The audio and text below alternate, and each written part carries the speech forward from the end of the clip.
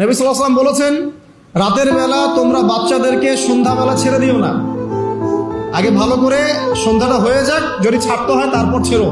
তারপর রাতের রাত যখন গভীর হবে তখন তোমরা এলো পাথালি ঘোরাফেরা করো না, রাস্তাঘাটে বনে জঙ্গলে ঘোরাফেরা করো না, কারণ এই সময় এমন কিছু মাখলুককে আল্লাহ পাক ছেড়ে দেন যাদেরকে তোমরা দেখো না।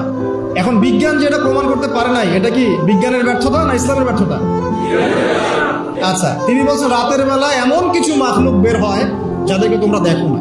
দুষ্ট জিন বের হয়। কি বের হয়? জিন জাতি নাই পৃথিবীতে?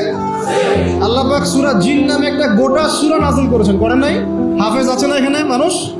কুনুহিয়া ইলাইয়া আন্নাহু ইসতামা নাফারুম মিনাল জিন্নি ফাকালু ইন্না সামি'না কুরআনান আজাবা। জিনদের একটা দল কোরআন শুনে বলেছিল যে আমরা অদ্ভুত আজব একটা কোরআন শুনেছি।